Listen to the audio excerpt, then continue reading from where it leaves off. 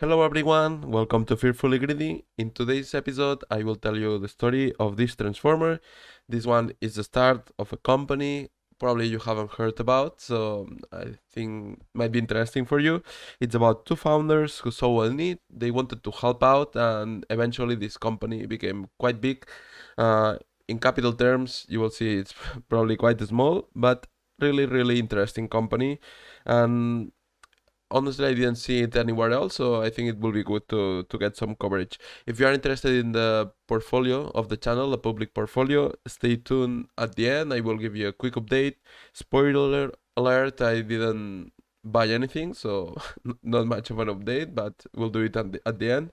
Also, about this new format, you will see the video is quite a bit different. Let me know on the comments or with a like if you like this more dense, more thorough research content, a bit longer, but maybe more interesting and more value. Okay, so let me know. Also, this thesis will come from the thinking of that everything should be made as simple as possible, but not simpler. So I will try to make it very condensed and not too long, because I don't want to justify a thesis by doing a very long explanation and detail. It just shows maybe I don't understand it so much. So I think if the thesis is powerful and clear, it should be concise and short, not very long.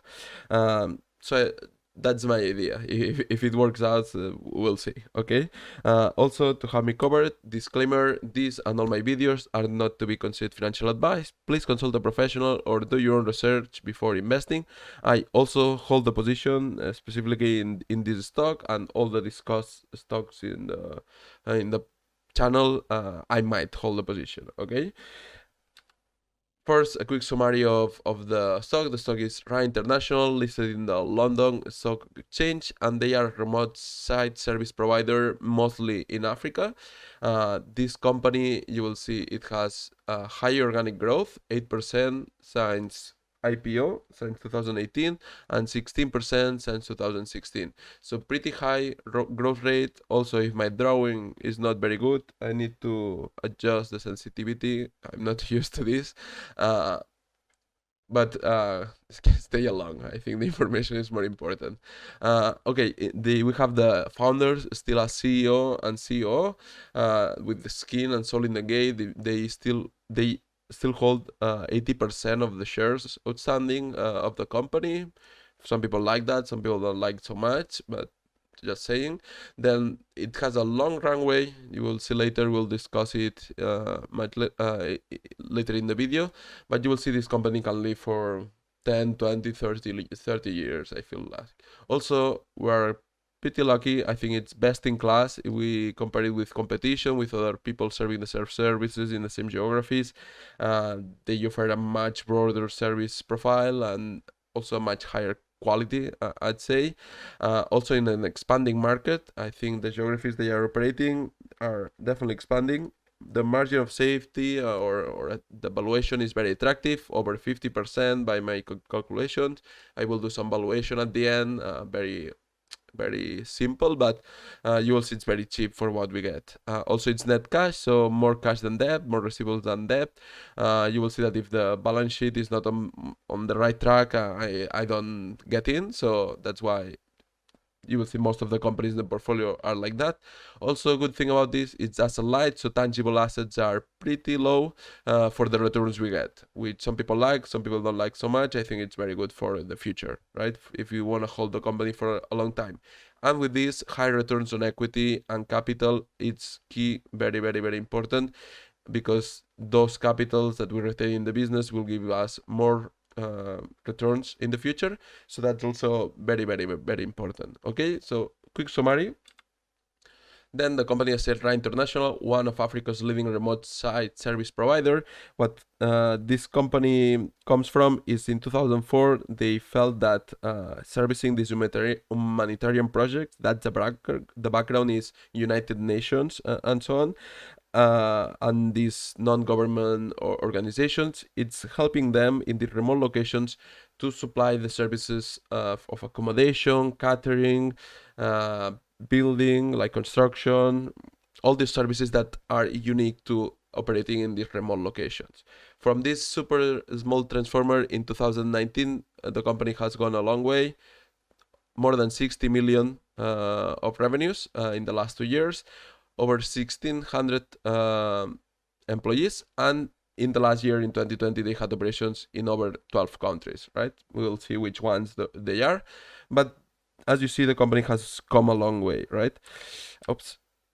The stock, as I said, listed in the London Stock Exchange in the alternative investment section under the RAI ticker, REI ticker, and it has a 90 million market cap. This is in pounds.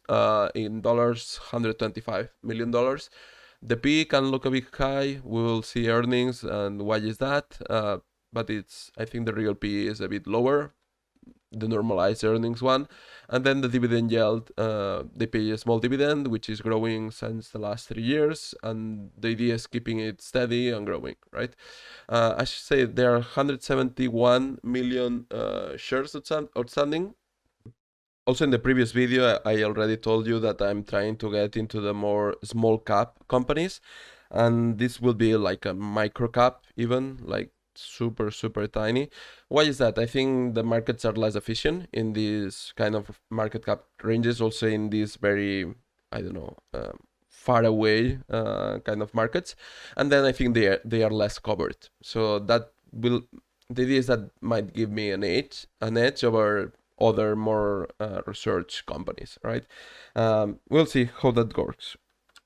Think about that as when you are operating in a remote location, be it for humanitarian projects or commercial, like a mining operation or oil extraction, or I don't know, you have even an embassy that you have in Sudan. We'll see an example of that later. They will help you in all the like remote part of it. Like they will help you in the accommodation, catering, management of the facilities for your employees. They might even, I don't know, they might do pest control there. They do also some building of infrastructure like power generation, waste management, all those kind of things. But the main idea, think about camps for accommodation. That's maybe their biggest thing, but they do much more, as we'll see later in the segments. The idea is that since they take care of the remote factor of these things, of these places, because usually there's not any logistics in place, they also do supply chain services. They take away the remote factor of it, so you can focus really on your goal in that location, right? Even from their starting, they started in 2004. In 2008, they became a signatory of the United Nations. In 2018, they became part of the Compact of the United Nations. So they have a big background of humanitarian work, but they have grown with their clients and their segments and services, right? At the moment, we have 3 very clear segments. One is supply chain, then we have construction, and then we have facilities management, right? The facilities management would be the highest quality one and the one that has grown more in the last years, almost 50% at this point. And then we have supply chain and construction. We'll cover them individually, but these are the 3 reporting segments of the company. First, supply chain. This would be a very high value service, actually, because if you need some key material for your project, don't expect FedEx next day to be ringing your door with the material. There are usually not logistics in place in those places, or not like very recurrent ones. It might be very hard to get some very high quality material or at a good price. Also might be a big headache to even get it there. And then they also do some servicing, like warehouse and yard management. So if you have a warehouse, they might manage it. They do inventory control. Let's say you have a key material that you really need every week there. They will do inventory control so you never miss it, so you always have it on hand. They will do the freight forward and the clearance of goods, like the customs, right? So in a sense, they will help you get the material so you don't have to worry about it, right? Usually this segment is the entry door, is to get the foot on the door. It's a good place to get acquire clients, because when they start operating there, they might need anything, and at that point they might cross-sell into the other segment. Then we have construction, which is historically the biggest segment by revenues, but as you will see later, we are pivoting into the other segments, which I feel are higher quality, more recurring, better for us, right? Higher margins, definitely.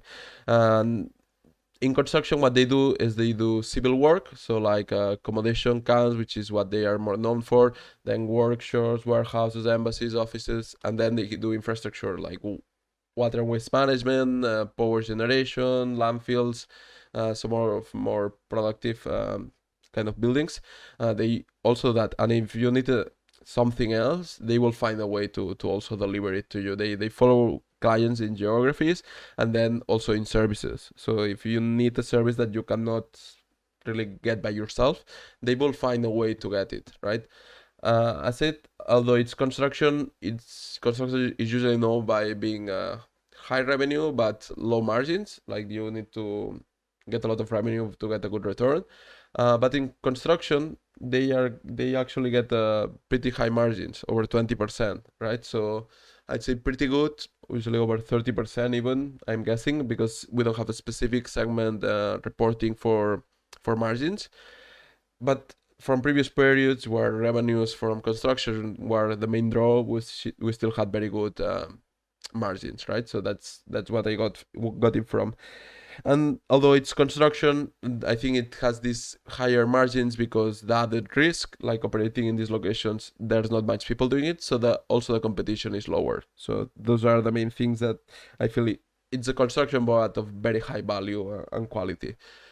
Then we go into the highest quality segment, which is integrated facilities management, which is just managing these locations, like these warehouses, uh, accommodation camps that maybe already has built, and then they put the people in place to cater the food, hospitality, accommodation, cleaning, pest control, or even the vehicles that your workforce uses. They will maintain them, having them always on operation, just running the operations. Keep in mind, even in Europe or in America, it's very common to have this kind of service externalized because just the hassle of recruiting, training, I don't know, selection, having the people, then the rotation of the people. Um, it's just a big headache, and it just makes so much sense in a remote location that you just maybe don't know so much by yourself, having someone else do it for you. I mean, it makes a lot of sense, and it's the biggest quality segment just by margins and also by recurring on revenues. Like this accommodation might be there for decades, like I don't know specifically depending on each project, but might be there for many years. So that those revenues will be recurring, also longer contracts, and they are more stable. So as construction is a bit more cyclical, this part is a bit more stable. Next up, the operations. They have the main headquarters in London, UK. Then they have operation headquarters in Dubai, where they manage all the main operations, the hands-on, and then they have regional offices all across Africa, right? In the last year, they did projects in 12 countries, even Denmark. So not the usual geography that they would operate, but they followed a client there that they had a similar need there, and they went for it. So you will see they adapt very quickly to the needs of the clients, and they become very sticky. And there is something we'll touch later on the moats. But once a client has started operating with RA, for them it's very common to keep doing it. So that's one of the modes, right? We'll see later. Then from revenues, we come from pre-IPO. They had $36 million in 2016, then 2017, 18, 19. And at that point, they were over $60 million in both. Like, so pretty good growth, very organic. 95% is from repeating customers. So I think people that use the service, they really like it. From 2020, we had some caveats. So first, as you see, construction took a dive. That's because a lot of the construction projects, they got delayed. People couldn't get on the sites. The client couldn't get there with their personnel. So some of those revenues got very delayed. Then integrated facilities management, great performance, running as usual, right?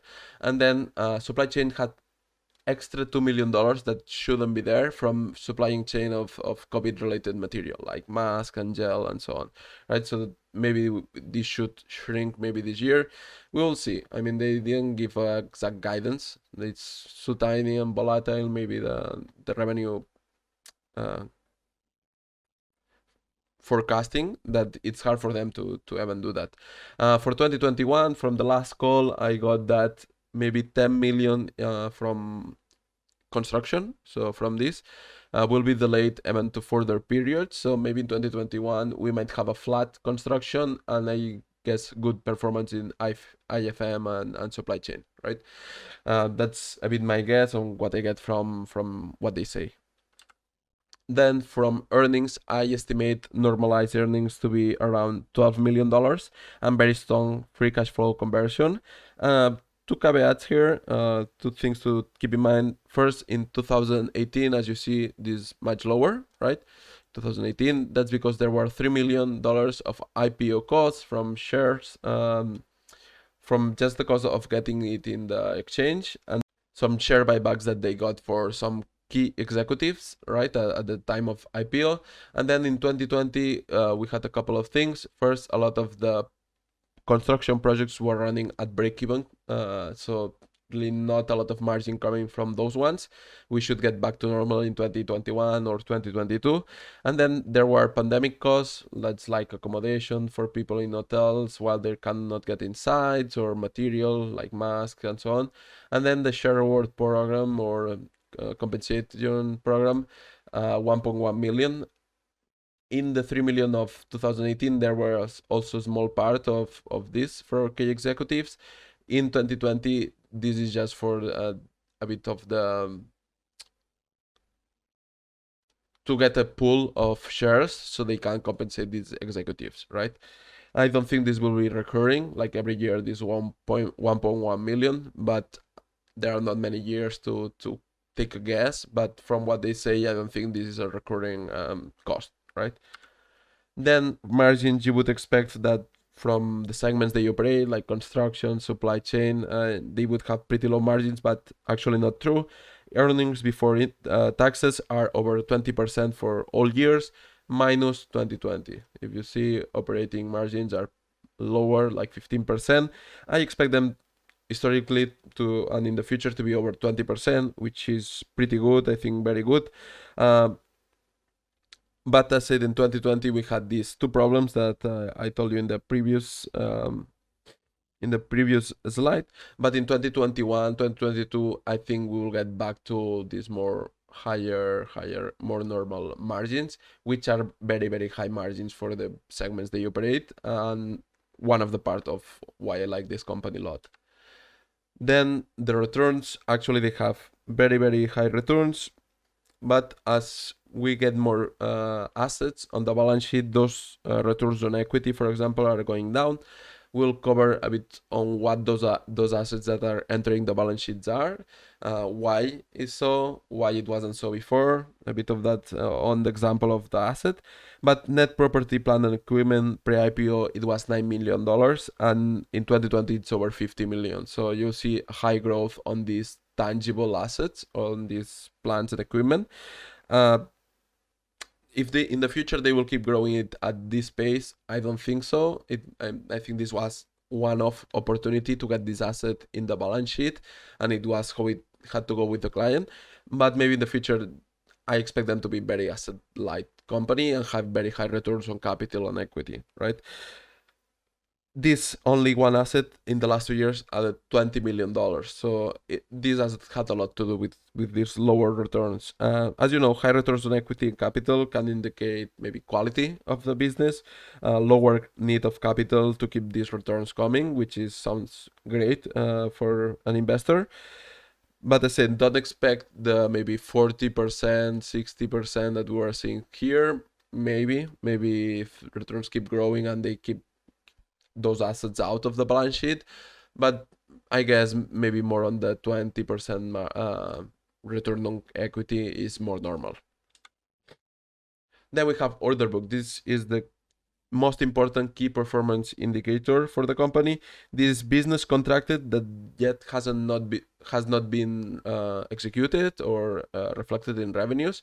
So the client has agreed to this amount. Well, this is all the contracts, but it might be for the next year, right? So they are booked but not realized. That's very good because it gives us a clearer windshield in the front, so we can see a bit more how the next 2, 3, 5 years will look like. It has grown a lot since 2016, so from this 100 million to 187 on 2020. So good growth here. I think this is very bullish for the business. I said this is the most important metric to see a bit the future of the company. As you see, the balance sheet looks pristine. If not, I don't go in. As you're starting to see, most of the companies I invest very low debt or very low debt or even net cash, as is the case. $17.6 million in cash and cash equivalents, 6.5 like in debt, like normal debt, and then we have 11.2 net cash, right? Not super high. I mean, if you compare it to last year, they had no debt and more cash, for example, but this depending on the projects, the capital expenditures, this might be moving around, but as you see, not a huge debt for a company that has a market cap of $120 million, revenues of $60 million, normalized earnings before taxes of $12 million. This is not a huge amount, it's not leveraged at all, and it makes me more calm. Same way as when you go to someone's home and you see it clean and everything tidy, you can guess this person usually, not always, has a structured life and good values. You can have the same idea of a balance sheet. If you see a balance sheet that is all over the place, it can tell you a lot about management. I will leave it at that, okay? This one looks very clean, I like it. Then the dividend, not super important for me, but at the moment 2.5 yield, 2.5% yield, or 1.35 pence, so cents of pounds, which is $2.67 million. That's covered like 2.5 times by earnings this year, but I said it's not a normal year. If we had the 12 million that I expect for more normalized earnings, it would be covered around 5 times. So pretty good. Future dividend, what I got from the last calls that I've been to, they say that they will increase or maintain the dividend. So if someone likes long-term dividend growth, could be good at a good entrance point, right? For me, I just expect good capital allocation. For me, it's not super important, this part, but for some people is. So just keep in mind they do pay a dividend. Also, you might guess or ask why, if they are still growing company and they have many projects on hand, why get some cash out of the business? That's, I feel, mostly because the owner, the bigger shareholders, the CEO and COO, they have 80% of the company. Like they probably have most of their net worth in the business. So for them, getting some extra out of the business is a bit safer maybe, and also more ethical. Like if they were just increasing their salary at this point that is a public company, that would be very not ethical for the minority shareholders. So I think it's a good way of going about. Then the Mozambique camp, this is this asset I told you that has grown the non-current assets from 28 million to over 51 million. So this one went to the balance sheet. There was a question on the last call, and they said that, well, it made sense because they were following a client. They have already a contract of 60 million to manage this site for one of their clients, but they feel that this region will have a lot of need for this kind of accommodation in the next future years. So they felt good about having it in the balance sheet and owning it, and then renting it out to someone else. So they think that return is pretty good. From the capital expenditures, this 60 million is over that. So just imagine they can get another contract over it. It's very high returns. But since we had COVID, and also in the last months there were like attacks and violence in Mozambique, there was a huge hostile situation there, not in the camp, but in the capital. A lot of it got delayed. So in 2020 there were no revenues reported, and they expect to have them on second half of 2020 or maybe on the first half of 2021. Anyway, great asset. I think will serve a lot their client. So just to see a bit of the asset on the balance sheet, right? Then I wanted to make an example of a non-camp construction that they did. What did happen here is a partner, a Cherokee Nation, they got awarded to upgrade the security of the building of the US Embassy in Juba, South Sudan. And since they never operated there, what they did is they contacted RAI International and they said, well, help me out here because I never operated here. I don't have the context. I don't know how to do it. Or maybe I want to get some assistance. And this partnership worked great. Hand by hand, they were able to have a very successful project. And from it, they already got 2 new projects between 5 and 50 millions. This is still not in the order book that I have said, the 187 million. So this would be over that. So we still have to see the details of this one. But as you see, people that work with them get very happy, and they can even do this kind of projects, which are, I think it grows their total addressable market a lot. First, we have a couple of pivots in the business, so things that are going in the right direction. The first one is like the revenue by clients. First, as you see, in 2018, almost 70% was humanitarian agencies, their clients, and at this point, they have grown from 32% in government and commercial to 52%. I think that's very important because what it does is it grows their total addressable market and also makes for more sustainable growth. Key improvement in the revenue share. Then the second one is in the segments. Before, if you see, we had 4% in 2018 for supply chain, then 42% in integrated facilities management, which already was pretty high, very good. But at this point, we have now 49, almost 50% for integrated facilities management, as you remember, the highest quality segment, and 21% for supply chain, and only 30% for construction, would be regarded as quote unquote the worst segment. It's not the worst, but it's good to go into the other ones, more recurring ones. So I think this is key improvement. If you see the improvements since IPO are very palpable, very easy to see. First, the contract size are growing from 1 to 10 million in 2018 in IPO to between 10 and 100 million. That's very good. That can get them to the next level in revenues. Then the facilities management, they had an order book of 75 million at IPO. Now it's over 116 million and growing. Then government and commercial, as we said, 9% it was previously, now 52%, so half, huge growth, much broader market, very good. Then the sole source, which is one of the moats, which is just when you need these remote location services, they would just go to you. You would provide all the services. Before in IPO, they had nothing, like no projects that they were the sole source. And now it's over 50% of the new project awarded to them. So that's very good. Like they cut everyone else, and they can maximize the service and the quality of it. Then countries, they were operating 8 countries with projects, and in this year, in 2020, over 12 at the moment. Then total addressable market, they say it's between 2 and 4 billion. These are their words. It's impossible for me to guess or to get any information of it. But what I see is that going into more commercial segments, I think this is even growing. So that's very good for us. They have at the moment 60 million. So if there are 2,000 million or 4,000 million currently, and I think this will be growing, as we'll see in a second, I feel that market is super huge, and at the moment we have a tiny portion still being the best in class, which I think it's great and shows how very good position it is RAI International. Then we have a long runway. So this would be Asia, right? The population growth at the moment we're here, right? And if you see, they say Asia will kind of stop growing in 2050 more or less. But if you see Africa, we have the highest growth of population in the next 100 years.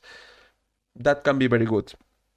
First, because 2 billion new people will need a lot of infrastructure in place, a lot of building needed, a lot of putting things ready for these people, and Ra, with the know-how, the intel being in this region for almost 20 years, they can help a lot there. So this is a very long runway. Also keep in mind, predicting this far into the future is very hard, but it shows that these regions will need more and more of this kind of work for the next years. We honestly need to Africa to succeed, to face the humanity challenges that we have at the moment. We can't have a player sitting out, so we really need them to succeed, and it's only coming now, which is a shame that it took so long. But I think in the future we'll see huge transformation in Africa, and to do so, Ra can help a lot. The end game is very hard to predict. Eventually, remote will be less, like, more scarce in Africa. Let's say that they kind of develop this infrastructure, so these remote locations will be not as common. So maybe that specificity of Ra in 100 years is not of use, but in 100 years, Ra needs to completely transform or cease to exist. I mean, there's no company really that has been doing exactly the same for 100 years. So at that point, we will see, right? We will be year to year, report to report, seeing how the progress of the company is going and the world.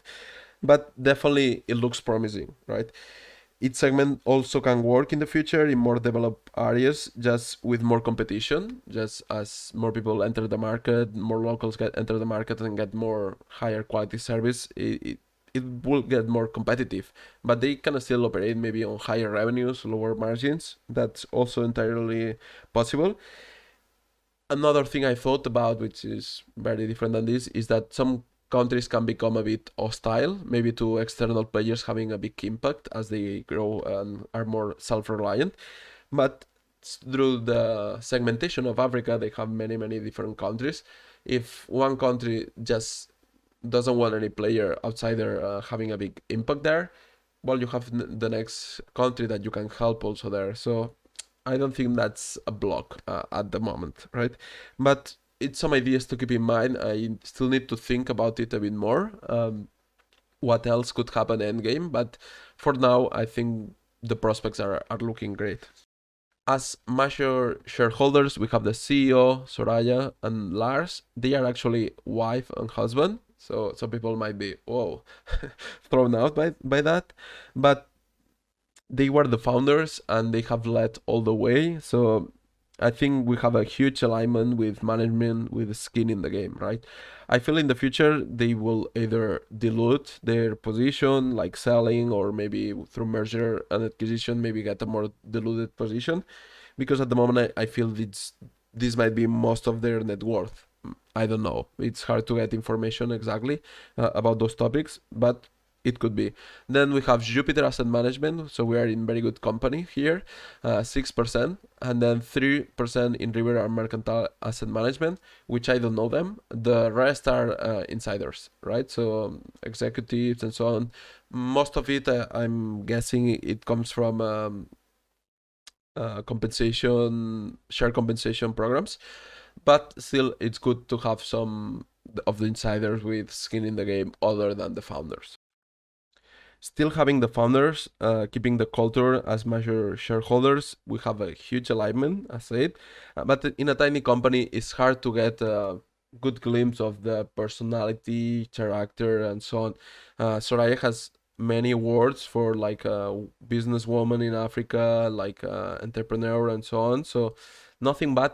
I saw Lars either, Andrew either. I haven't seen anything bad, but in these tiny companies, you can only check what they did before, and there was nothing like bad there. So I cannot say much on that end. But first, to talk about Soraya. Soraya was the founder in 2004 together with Lars. She is the CEO. She has been the lead and the soul of the company, and they are just trying to help this remote location service because they love this land and they just want to make it more efficient to help these kind of projects.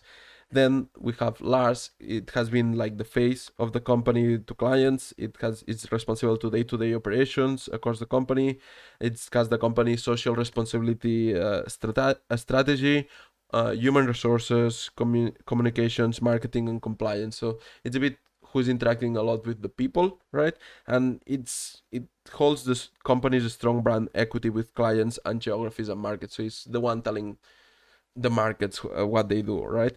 Then Andrew Bolter, it's fresh blood, a bit that came in 2011. It came from Ernest Young's Transaction Advisory Services Group, and he introduced it to the group the enterprise resource planning system, and worked with Soraya to develop a long-term strategic plan, which has really contributed to a more diverse customer base and very significant business growth. So I think there are we have three great leaders, um, but we need more years to see how they develop in the growing phase. But from what I've seen, I have no complaints. Then we have ESG. ESG is starting to be very common in any company. Having all stakeholder taken into account is very important. The environment, the social, the people, very important. Governance, seeing that nothing bad is done there, very important. Having high integrity. They have reported it since 2018, so since the IPO, which for a tiny company like this, very important. ESG is here to stay, not just for the benefit of, let's say, investors and the public or the image, but also when you have a company that takes into account all stakeholders with all the projects they do and all their interactions, what happens is you have a much longer runway, since everyone is taken into account, is thought after, and you can work with them much longer. Then for competitors, first we have like local small business, right? And then large international companies, right? First, what we might find is like, let's say, an electrical supplier in that country specifically, right? What we'll see is very single service supplier, like they won't offer such a broad offering as RA. The standards of offering probably not as high as RA, since they do everything in house. They can do a very high all across RA, right? In every location, they can have the same standard of offering. Then the insurance of having RA doing these kind of projects, it gives you a lot of safety, a lot of from past for performance. You know, you are getting delivered what you ask for. The quality control, nothing to compare about. Like the quality that RA can bring compared to a small business in each country is very different. And usually the supply chain possibility, especially being unplugged from the international supply market, not always the case, but since the volume that RA can bring to the table, since they supply to many different clients, they can be plugged into the best in class international suppliers, right? Then for large international companies, you might feel like a big construction company might be a big competitor to them. But what happens with a big construction company, they are very construction focused, right?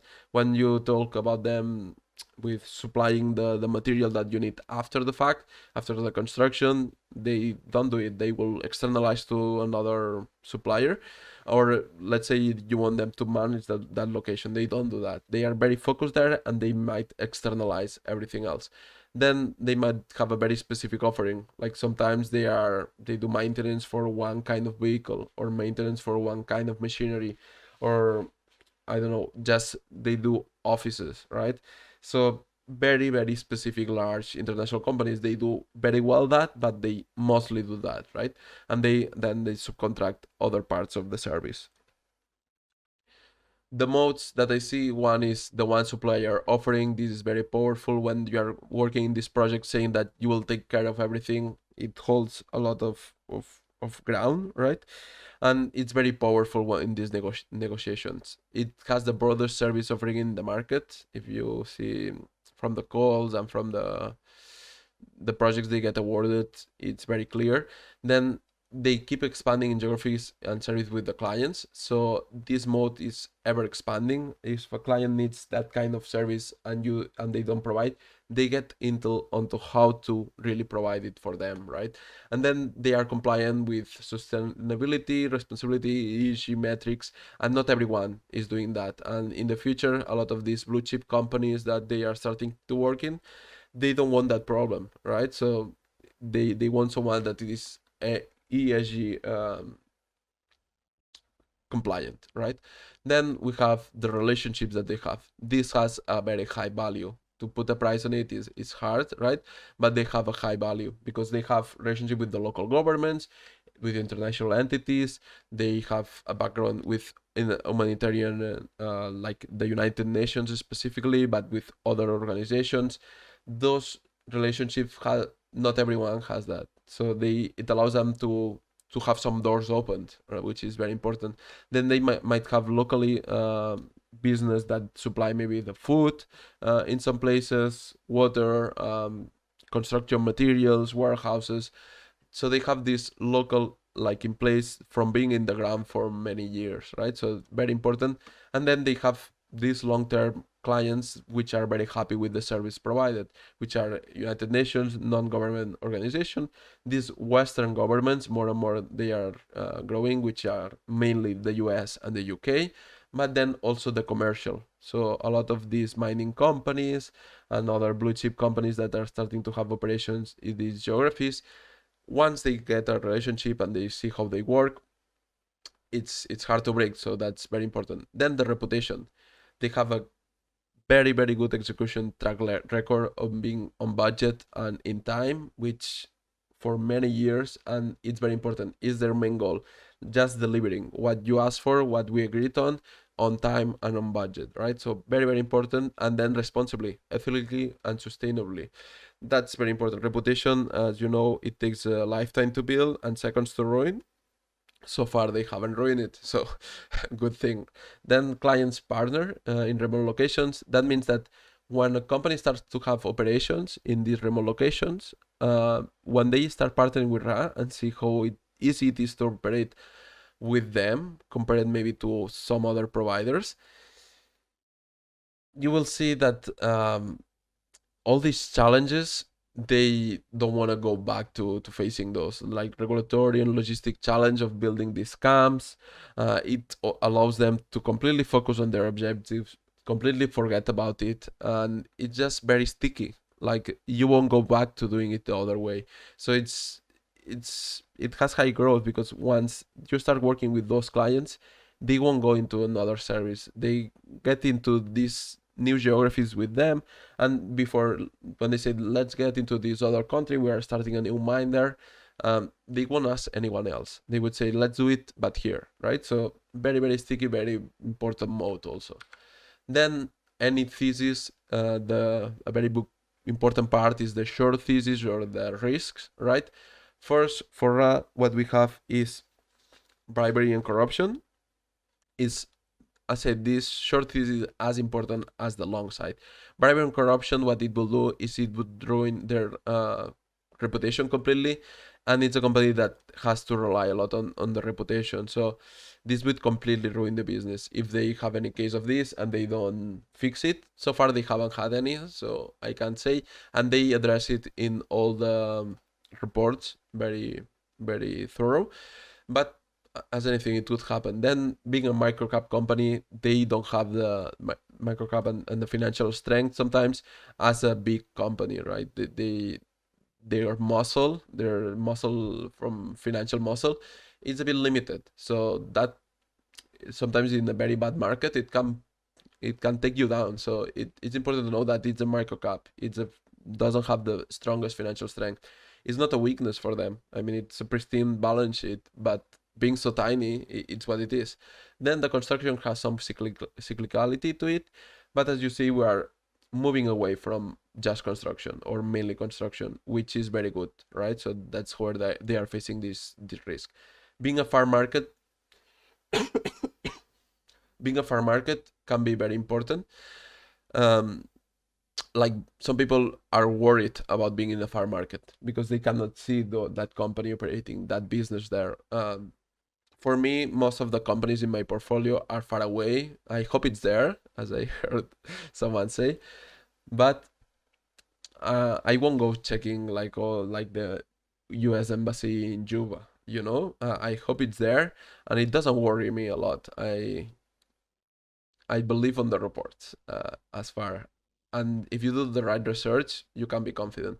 Then the next thing is execution. If they stop delivering on time and on budget and on quality, this can have a huge problem, uh, because that's a bit of their reputation also. Like if they start to miss delivery dates and they start running up on cost, that's a big problem, right? Taking too big projects, that comes from the financial strength problem, which sense in being in the public markets now they have more access to debt if they want, but still it could be a problem. Taking too low margin in projects, like, I don't know, being overeager to grow these revenues by taking projects that they would make very little money. From the calls that I've been getting, they always focus the highest margin project, even if it's small, and they might go up, but at some point they say no to projects that don't make sense business wise, right? Big construction companies could make a small division or a medium division on one of these countries and just compete with them directly, have people on the ground. But so far we haven't seen it, and it could be likely that this happens to that this is a more fierce competition. I think we're good. The offering that RA offers is quite high, but someone could copy the model and do it. So that's a risk. Then being dependent on ONU. Well, I don't know why I say ONU, but it's United Nations, because historically they have been it's their biggest client or partner, right? United Nations. But as you saw, the pivot on the clientele, they are starting to go into more commercial and Western governments, which is good to lower the risk. Then local government relationship, if there's a change in the local government, some of these relationships that have been built over 5-10 years, this could also take an impact on this, right? They would have to make this relationship back again, but that's what happens. I mean, I'm sure it has happened to them many times, and more and more you don't need this huge relationship, but it's important to have good cordial relationship with these local governments. Then supplier relations, so if there was a problem with one of the suppliers, that could interrupt the supply chains, maybe not be able to supply to one of their clients in the supply chain segment. So this could be a problem. And then hire and retention of talent in these small cap companies, having the right remuneration for these very good executives is sometimes hard. Keeping them for many years on the company, providing for it is, it can be sometimes a bit hard on them, because the revenues might not be there to keep that talent in house, right? Finally, the valuation very short. I did even the DCF. I just made it for the video in 2 minutes, because in this kind of models where you just input like your expected normalized earnings, because who knows what next year earnings will be. There's good prospects, but I can only guess, right? So it only makes sense to make very complicated models when you know in the third year the revenue will kick in, and maybe that ship stops working on the seventh. So then you need maybe some more Excel work to get a bit of the idea of the final earnings, right? But here that we don't know, the projects are year by year, and where it's not super clear. The only clear vision in the future that we have is the order book, and the order book looks nice, but not much to add here. What I did is I did 5% growth in the first 3 years, 3% in the 5 years, and 2% until the 10 year, and a terminal of 2%. I discounted at 6%. I implied £9 million, which is $12 million, and from a base of 171 million shares. I get a value of 1.5. So 150 GBX, if you wanna that how it trades. So that's over 65% margin of safety. This could be anything else, but at the end, DCFs or complex models are only for complex future companies. Here we get a great company at a great valuation. So that's the 10 times normalized earnings. Then the thesis is over. Not much else to say. I hope it brought light to one of these more unknown companies. since the previous video, I haven't bought anything, so this you already saw on the previous video. But the last buy I did, it was on the 22nd of June. I bought 2,400 shares of RAI International at the price of 54 GBX or 54 pence, right? The total value of the transaction was 1,500 euros. And I'm thinking maybe of increasing the position, who knows? As more cash, you remember I put 500 or 1,000 euros every month, and I keep building. So next month, maybe I have added. For now, I think it is the most undervalued company in my portfolio, so probably it will come from here. Then the portfolio as 25th of July is sitting like this at 24,000 euros, as you can also see here in the zero count. Nothing has changed so far. I have put 21,585 euros. Money weighted rate of return is 18% because a lot of the cash has come later on the project. And we started on the 13th of July of 2020. So it's been a year. I didn't do an annual shareholder meeting because there are no shareholders. But maybe next year I will do a more thorough update. For now, only quarterly, a bit of update on the portfolio, and as more ideas come. If you are new to the channel, I hold Shinoken. This would be the biggest positions. Warrior Met Coal, TK, I hold it on the mother company, and TK Tankers. Then Biogen, it's 14% of the portfolio, 9% is Interrao Lietboa, 6.6 is Intel, RAI International 6.4. We have 4% on Berkshire. This is a sentimental value holding, so I think this will stay here forever. And then Batla Minerals, which is a net stock that maybe lower quality than all the rest of the companies, but it was a good play. I think it's cheap. But it wouldn't surprise you that in the future I might sell out of this company and buy some more of the other ones, probably RA at the moment, who knows. But for now, it's still like this, right? Well, I also wanted to show you the evolution of the net asset value of the project. We started with close to 5,000 euros, and then we kept adding, right? So a lot of the ads have been later on the project, as you see here. So this adds maybe lag a bit the performance of the portfolio, but that's why I put the money weighted rate of return. But I will just keep putting the money as I get it and keep sharing it. The idea is that not that I think I can teach anyone anything about investing. It's more about learning. If you can teach a subject, I think you learn it better. So that's a bit the idea on the portfolio, and maybe can learn a lot about you also, right? So, well, that's it all from me today. If you like the video, make sure to like it, so I know this kind of content, maybe a bit more longer, a bit more thorough, is on the right track. Let me know what you think about it. Also, if you want to stay tuned on the portfolio and the next thesis, make sure to please subscribe to the channel. It helps a lot. It keeps me motivated, and the more the better. And well, that's it. Cheers, be safe, take care, bye bye.